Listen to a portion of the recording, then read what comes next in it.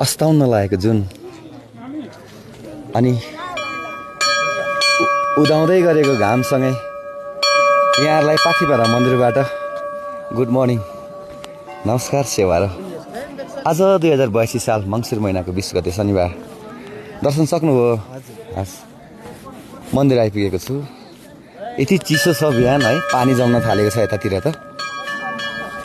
हिमाल पनि मजाले देखिरहेको छ। मौसम धेरै दिन भयो मजाले खुलिरहेको जानकारी गराउँछु। भर्खर घाम लाग्यो है भन्दै यहाँलाई म पाथिभरा देवीको दर्शन गराउँछु ल। घाम नलागुन्जेल चाहिँ यति चिसो हुन्छ, हात खुट्टा कठ्याङ्ग्रिएर थर थर काम ज्वरो आउँछ।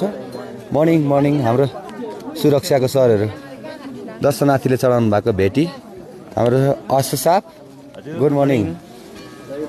म हिमाल देखाउँछु। लाइनमा उभिएर आफ्नो पूजाको प्रतीक्षामा श्रद्धालु भक्तजनहरू अघि लाइन लागेको छ। हेर्नुहोस् न, बिहानै आइदिनुहुन्छ। यति चिसो छैन, काम ज्वरो आउँछ बिहान त। तर यसरी यहाँ पछाडिपट्टिबाट सूर्योदय भयो त्यसपछि चाहिँ आनन्द आउँछ। म यहाँलाई घन्टी सुनाउँछु ल। 7 चोटि घन्टी सुनाएँ। अब म बिस्तारै मिल्यो भने देवीको पाउको दर्शन गराउँछु ल। पछाडिपट्टिबाट देवीको दर्शन घामको झुल्का हाम्रो मन्दिरको गुरु दर्शन गुरु। म सानो बाबु बच्चाहरू पूजा गर्दै हुनुहुन्छ ल। पाउको दर्शन गर्नुहोस्। यहाँहरूलाई म सधैँ देखाउने गर्छु देवीको दर्शन।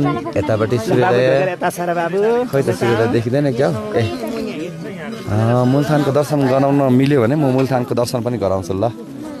मजाले खुलेको छ मौसम। बिहान नखुल्दा चाहिँ यति चिसो हुँदैन, अहिले चाहिँ मजाले खुलेको छ।